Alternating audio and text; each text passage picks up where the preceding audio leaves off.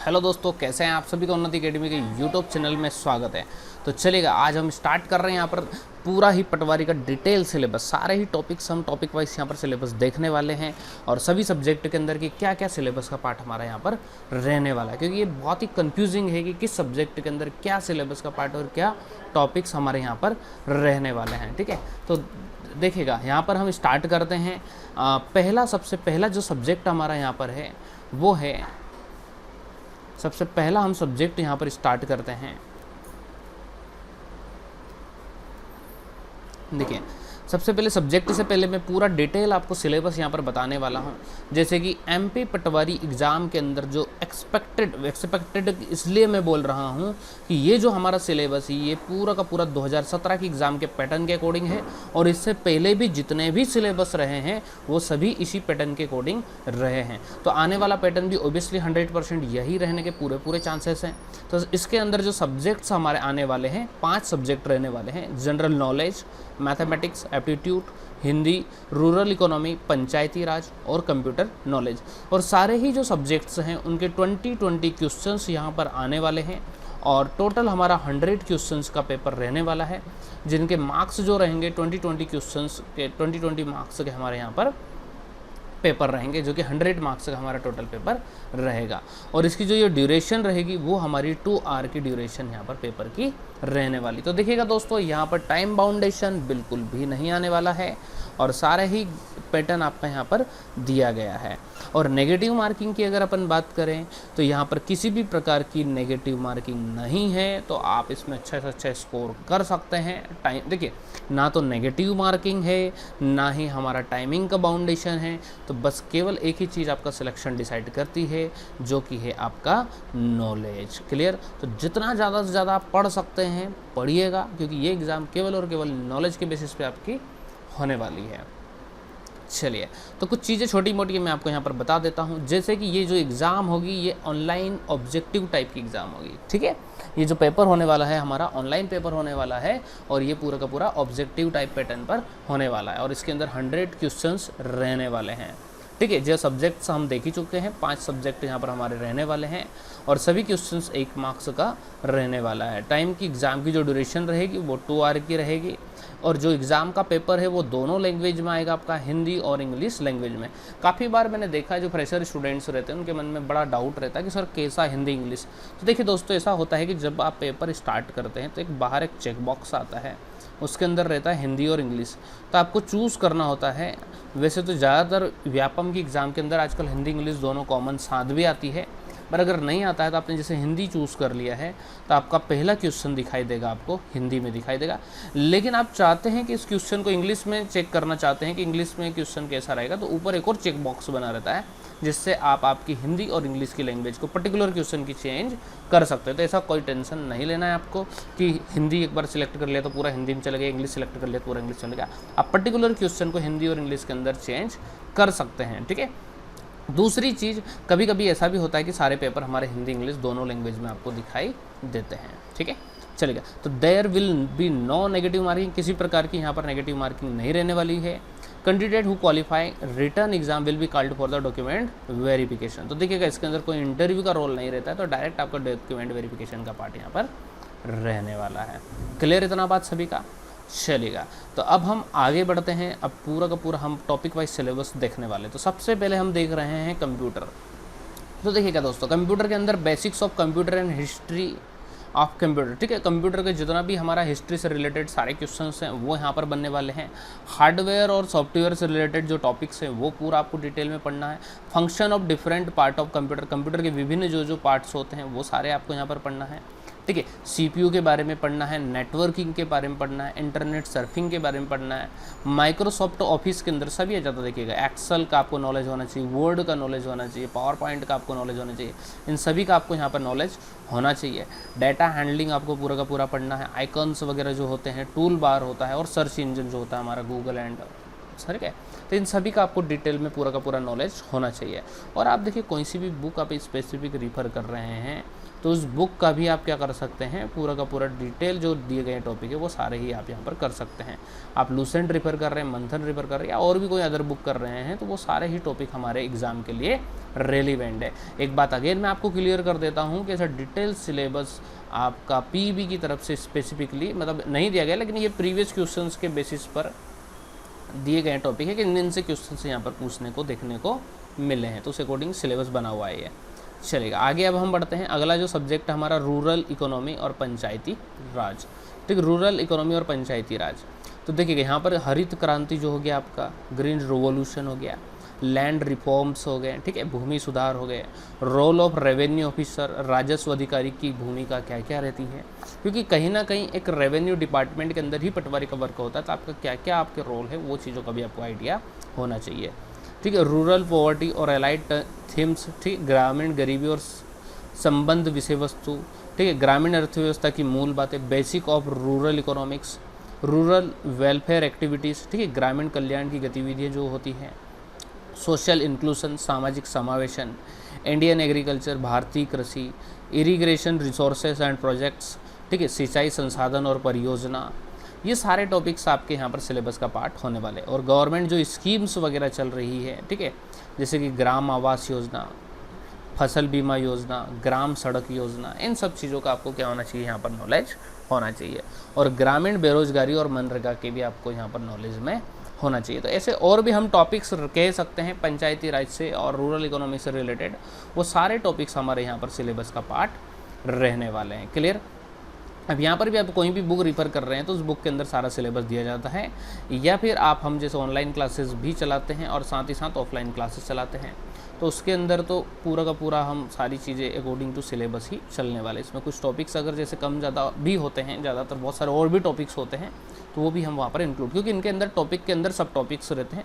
मैं उनको यहाँ डिस्कस नहीं कर रहा हूँ, यहाँ ऊपर ऊपर जो मेन टॉपिक्स हैं मैं उनको केवल डिस्कस कर रहा हूँ। ठीक है, चलेगा आगे। फिर हिंदी की बात करें तो जैसे यहाँ पर वर्णमाला हम बोल सकते हैं, वर्णमाला, संधि, संधि विच्छेद, समास, उपसर्ग, पर्यायवाची शब्द, विलोम शब्द, युग्म शब्द, शब्द शुद्धि, वाक्य शुद्धि, ठीक है, वाक्य क्रिया, अनेक शब्दों के एक शब्द, मुहावरे और लौकिकतियाँ भी यहाँ पर हम कह सकते हैं। ठीक है, साथ ही साथ हम ये भी कह सकते हैं यहाँ पर रस से भी क्वेश्चंस बन सकते हैं, छंद से भी क्वेश्चंस बन सकते हैं, अलंकार से भी क्वेश्चंस बन सकते हैं, भाषा से भी बन सकते हैं, ठीक है, और काव्य से भी यहाँ पर क्वेश्चंस आपके बन सकते हैं। तो ये सारी चीज़ों के लिए आपको रेडी रहना है, कुछ भी हमें यहाँ पर छोड़ना नहीं है। ठीक है, शब्दावली हो गया, हिंदी साहित्य हो गया, पूरा का पूरा हिंदी साहित्य से क्वेश्चन एक दो बनते ही हैं, तो हमें कोई भी टॉपिक्स यहाँ पर छोड़ना नहीं है, पूरी हिंदी को डिटेल में पढ़कर जाना है। क्योंकि दोस्तों एक चीज़ अगेन मैं क्लियर कर देता हूँ कि अब जो समय है वो ऑनलाइन एग्ज़ाम का समय है। पहले क्या होता था कि ऑफलाइन एग्ज़ाम होती थी, केवल एक ही पेपर होता था और 20 क्वेश्चंस की नीड होती थी, इसलिए यहाँ पर इतने टॉपिक्स, अगर मैं यहाँ पर 15-20 टॉपिक उठा लेता हूँ, 2 संधि के क्वेश्चन आ जाए, 2 समास उपसर्ग, तो भी 10 टॉपिक के अंदर से क्वेश्चन आ जाते थे। लेकिन अब ऑनलाइन एग्ज़ाम हो जाती है, अब यहाँ पर एक ही पेपर के 60 पेपर होते हैं और 60 इंटू अगर मैं 20 भी करता हूँ तो ये हमारा टोटल 1200 क्वेश्चंस बनते हैं। तो 1200 क्वेश्चंस में ऐसा एक भी टॉपिक नहीं बचता है कि जिससे क्वेश्चंस नहीं आता है। पहले तो ये भी था कि क्वेश्चन भी इतना ही हमारे ऊपर ही क्वेश्चंस आते थे, लेकिन अब डिटेल में अंदर से हर प्रकार के क्वेश्चंस पूछे जा रहे हैं जब से ऑनलाइन एग्ज़ाम्स यहाँ पर हो गई हैं। ठीक है, तो ये सारे ही सब्जेक्ट, सारे ही टॉपिक्स आपको यहाँ पर पढ़ना है हिंदी के अंदर भी। ठीक है, चलिए अब आगे हम बढ़ते हैं। अगला है हमारा जीके। देखिए, तो जीके के अंदर पहले मैं क्लियर कर देता हूँ आपको कि जीके के अंदर पूरा हमारा हिस्ट्री, ठीक है, हिस्ट्री के बाद ज्योग्राफी, ज्योग्राफी के बाद पॉलिटी, पॉलिटी के बाद इकोनॉमिक्स। ठीक है, ये सारी चीज़ें आपको यहाँ पर पढ़ के जाना है। हिस्ट्री में आप बिल्कुल मॉडर्न और मिडाइवल वगैरह आपको पूरा पढ़ना है और एशियंट भी पढ़ना है, क्योंकि मैं तो देखो एक चीज़ आपको कहूँगा कि हमें एक भी टॉपिक के एक भी क्वेश्चंस यहाँ पर नहीं छोड़ना है। 1 से 2-3 नंबर का यहाँ पर कहीं ना कहीं कंपटीशन रहता है। अक्सर जो स्टूडेंट का सिलेक्शन नहीं होता है, जो अच्छी मेहनत करते हैं, तो वो 1, 2, 3, 4 नंबर से ही कहीं ना कहीं उनका सिलेक्शन रुकता है।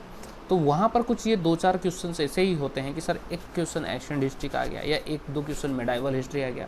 होता है ऐसे स्टूडेंट की बहुत बार सर हम हिस्ट्री पढ़कर ही नहीं गए, उसके 3 क्वेश्चन देखने को मिले। तो 3 क्वेश्चन कहीं ना कहीं आपका सिलेक्शन डिसाइड करते हैं, इसलिए किसी भी सब्जेक्ट को आपको छोड़ना नहीं है। जियोग्राफी के अंदर भी पूरा का पूरा आपको इंडियन ज्योग्राफी, एमपी का ज्योग्राफी, वर्ल्ड ज्योग्राफी पूरा ही आपको पढ़ना है। पॉलिटी भी पूरा ही पढ़ना है, इकोनॉमिक्स भी पूरा ही पढ़ना है। और एक एमपी सब्जेक्ट होता है मध्य प्रदेश, इसको तो बहुत ही डिटेल में आपको अच्छे से पढ़ना है, क्योंकि पिछली बार पटवारी में एमपी से ऐसे ऐसे क्वेश्चंस देखने को मिले थे जो कि काफ़ी अंदर से डेप्थ थे। डेप्थ तो मतलब ऐसे थे कि जो एक बहुत रीजनल लोकल लेवल पर थे, जिनका ज़्यादा जिक्र बुकों के अंदर नहीं किया जाता, वो क्वेश्चंस भी यहाँ पर पढ़े थे। तो आपको करंट भी आपको अपडेट रहना है, क्योंकि आजकल जो पीवी की एग्ज़ाम्स होती है उनके अंदर करंट वाला पोर्शन भी ज़्यादातर देखने को मिल रहा है, और मिसलिनियस वाला पोर्शन भी रखना ही रखना है। प्लस जितनी भी गवर्नमेंट के द्वारा स्कीम्स, गवर्नमेंट चाहती है कि युवाओं को स्कीम्स का नॉलेज हो। अगर गवर्नमेंट इतनी सारी स्कीम, स्वच्छ भारत अभियान, ये अभियान, वो अभियान, ये सारी चीज़ों का आपको एक प्रकार से नॉलेज यहाँ पर होना चाहिए। और ये तो अब मैं कहूँगा कि आप जब से मोदी कार्यकाल चल रहा है, मोदी जी का कार्यकाल चल रहा है, तब से जो भी बड़ी बड़ी स्कीम्स हैं उनको बिल्कुल नॉलेज में रखें, क्योंकि आजकल काफ़ी क्वेश्चन बन रहा है। जैसे ऐसी एग्ज़ाम, एमपी टेट अभी एग्ज़ाम हुई थी टीचर भर्ती की, जिसके अंदर दूर दूर तक कोई रिश्ता नहीं था करंट अफेयर का, लेकिन उसके अंदर भी करंट के क्वेश्चन पूछे गए थे कि कौन सा आईपीएल, कौन सी टीम जीती है, ठीक है, स्वच्छ भारत अभियान कब से प्रारंभ किया गया है, किसके जन्मदिन से प्रारंभ किया गया है। तो ऐसे करंट के जो क्वेश्चंस हैं उन चीज़ों से आपको अपडेट यहाँ पर बिल्कुल ही रहना है, क्योंकि मेरा ये मानना है कि अब एग्जामिनर आपका चेक करना चाह रहा है कि आप करंट से अपडेट है या नहीं है, आप देश दुनिया से अवेयर हैं या नहीं है। तो इसलिए करंट का पोर्शन आजकल देखने को ज़्यादा मिल रहा है, ठीक है। फिर भी मैं एक ऊपर आपको बता देता हूँ, और जो कि मिसलिनियस वाला पोर्शन होता है, ठीक है, विविध वाला पोर्शन होता है, सबसे बड़ा, सबसे छोटा, ठीक है, सबसे बड़ी नदी, सबसे बड़ा छोटा पुल वगैरह वगैरह, ये सारी चीज़ों का भी आपको नॉलेज होना चाहिए। इनसे भी 2-3 क्वेश्चन बनते ही हैं। अब आपके मन में आ रहा कि सर 20 नंबर के लिए इतना पढ़े, क्योंकि होता है एज ए स्टूडेंट हमारे दिमाग में कुछ खुरापाती विचार आते हैं कि सर इतना सारा जीके पढ़ने से अच्छा हम थोड़ा सा पंचायती राज पढ़ लें, कंप्यूटर पढ़ लेते हैं, हिंदी पढ़ लेते हैं। देखो इन 3 सब्जेक्ट में जितनी मेहनत लगेगी ना, इतनी पूरे के पूरे जीके के अंदर मेहनत लगेगी आपकी। या तो आप 3 सब्जेक्ट पढ़ लो, पंचायती राज, कंप्यूटर, हिंदी, या पूरा का पूरा जीके पढ़ लो, या पूरा का पूरा आप मैथ से पढ़ लो। तो आप 3 सब्जेक्ट लेकर चलोगे, एक आपको मैथ पढ़ना है, एक जीके पढ़ना, और एक ये 3 सब्जेक्ट पढ़ना है, क्योंकि 3 सब्जेक्ट में कम समय लगना है, लेकिन यहाँ आप 60 नंबर ला सकते हैं। यहाँ से केवल 20 नंबर लाएंगे, यहाँ से 20 लाएंगे। और यहाँ पर जीके के अंदर 20 में से भी 1-2 नंबर कट जाते हैं, क्योंकि ऑब्वियसली वहाँ पर थोड़ा सा क्वेश्चन कभी और आउट आ जाए तो हमें नई नॉलेज में रहेगा। मैथ एक ऐसा है कि 20 में से 20 ला सकते हैं। पिछला पेपर बहुत ईजी था, कचरा पेपर था, मैं तो ये कहूँगा आप बिल्कुल यहाँ पर 20 में से 20 नंबर ला सकते हैं। देखिए अभी आगे देखते हैं अपन, और ठीक है, फिर भी मैं थोड़ा सा आपको क्लियर कर देता हूँ। भारत के प्रसिद्ध स्थान, famous places in India, books and author, सब नॉलेज होना चाहिए। साइंस एंड इनोवेशंस वाला आपको टॉपिक के बारे में नॉलेज होना चाहिए। इंपॉर्टेंट्स, डेट्स वगैरह की बात करें, म्यूज़िक और लिटरेचर वाला पार्ट हो गया, नेशनल डांस हो गया, फेमस प्लेसेस हो गए, आर्टिस्ट्स हो गए, ठीक है, टूरिज्म, स्पोर्ट और हिस्टोरिकल इम्पोर्टेंस हो गया, ठीक है, और मूर्तियों वाला टॉपिक हो गया, संगीत वाद्य यंत्र हो गया, और भारत का भूगोल। भारत का भूगोल मतलब से ज्योग्राफी ऑफ इंडिया, पूरा ज्योग्राफी आ गया इसके अंदर। अब ये कहूँगा मैं कि यहाँ पर आपको कितना भारत का सब आ गया इसके अंदर। और वर्ल्ड भी आप तो पढ़ के जाना है, एक आध क्वेश्चन वहाँ से भी बनता ही बनता है। Economical issue of in India, मतलब पूरा इकोनॉमिक्स आपको यहाँ पर पढ़ना है। नेशनल न्यूज़, करंट वाले टॉपिक्स आपको बिल्कुल अवेयर रहना, बहुत ही इंपॉर्टेंट हो गया आजकल, ठीक है।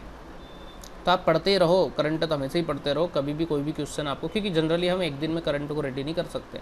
करंट को आपको डेली पढ़ना होता है। डेली जब पढ़ेंगे तो आपको अपने आप ही एग्ज़ाम के अंदर याद आ जाता है कि यार ये मैंने पढ़ा था, वहाँ पर क्या था, ठीक है। इंटरनेशनल इश्यूज हमें याद होना चाहिए, ठीक है। ट्राइब्स, जनजातियों के बारे में आपको नॉलेज होना चाहिए। इंडियन कल्चर मतलब वही पॉलिटी आपका पूरा का पूरा यहाँ पर क्लियर होना चाहिए। हैंडीक्राफ्ट, ठीक है, कंट्रीज एंड कैपिटल्स, देश और राजधानियाँ, ये हम मिसलिनियस वाला पोर्शन कह सकते हैं एक प्रकार से, ठीक है। पॉलिटिकल साइंस, राजनीतिक विज्ञान आपका यहाँ पर क्लियर होना चाहिए।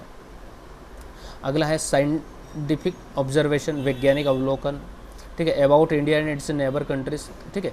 जनरली देखो करंट जब भी आप रेडी करो, और हम जैसे मोदी जी जिस कंट्री के अंदर गए हैं 5 साल के अंदर, 5 ईयर बहुत कम में गए हैं अभी तो कोविड के कारण, तो जहाँ जिस कंट्री में गए हैं तो उस कंट्री का आपको नॉलेज होना चाहिए। उस कंट्री का क्या फ्लैग है, उस कंट्री की क्या करेंसी है, उस कंट्री का क्या संसद का नाम है, उस कंट्री के अंदर क्या क्या विशेषताएं हैं। तो ये सारी चीज़ों का करंट जब भी आप रेडी करें ना, तो जहाँ पर हमारे प्रधानमंत्री जी जा रहे हैं उस पर्टिकुलर कंट्री के बारे में आपको सारी डिटेल्स आपके नॉलेज में होना चाहिए। ऐसे ही आपको पढ़ना है। जब भी आप कुछ पढ़ें, कुछ किसी कंट्री के अंदर, जैसे यूक्रेन और रशिया के अंदर क्या चल रहा है, युद्ध चल रहा है, तो ये काफ़ी ज़्यादा क्या है बताइएगा, अपडेट में है, काफ़ी ज़्यादा इनसे न्यूज़ें अभी हमारी चल रही है।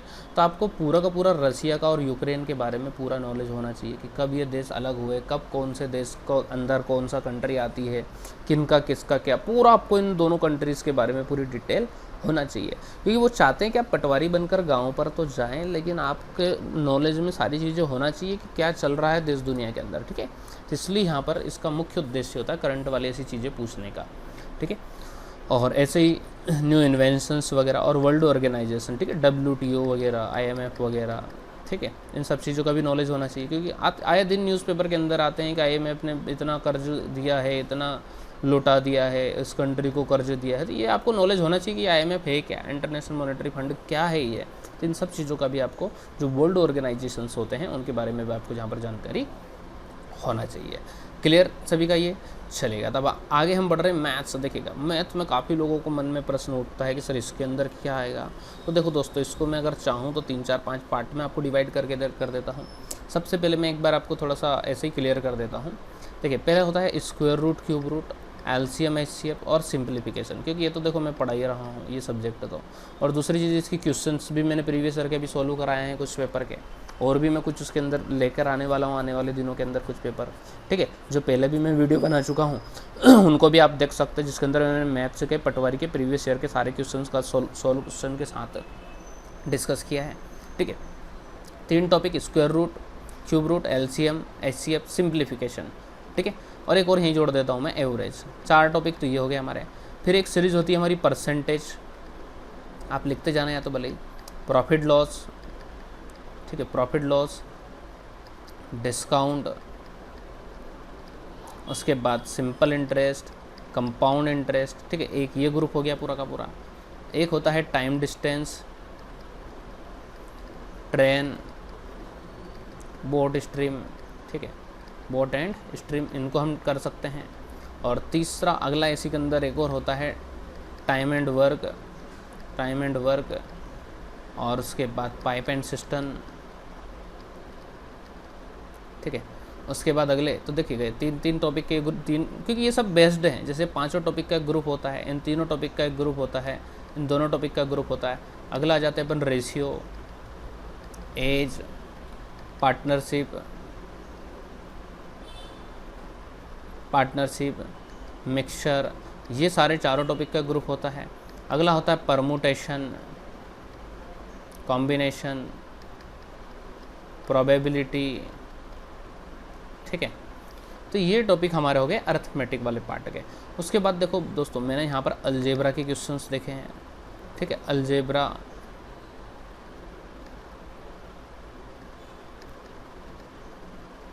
अलजेब्रा के क्वेश्चन देखे हैं। मैंने यहाँ पर एक क्वेश्चन हर पेपर के अंदर ज्योमेट्री का देखा है, मैंने इसके अंदर मेंसुरेशंस के क्वेश्चंस देखे हैं, ठीक है। तो ये 3 सब्जेक्ट भी आपको टॉपिक यहाँ पर रेडी रखना है। ट्रिग्नोमेट्री से भी क्वेश्चंस आ सकते हैं, ठीक है, पर इन 3 को तो आपको आए ही हैं, तो इन 3 को तो आपको रेडी रखना ही रखना है। साथ ही साथ जो एक सर्कल वाला टॉपिक होता है, ठीक है, मतलब ये सब इसी के अंदर आ गया। एक नंबर सिस्टम टॉपिक होता है, इसको भी काफ़ी पढ़ के आपको चलना है। नंबर सिस्टम भी काफ़ी आपका इम्पोर्टेंट टॉपिक है, ठीक है, तो इसको भी यहाँ पर आपको रेडी रखना है, नंबर सिस्टम वाला टॉपिक को। और ठीक है, तो ये सारा ही पार्ट हमारा कहीं ना कहीं एक प्रकार से देखा जाए तो आपको एक प्रकार से रेडी ये सारे सब्जेक्ट यहाँ पर रखना है, ठीक है।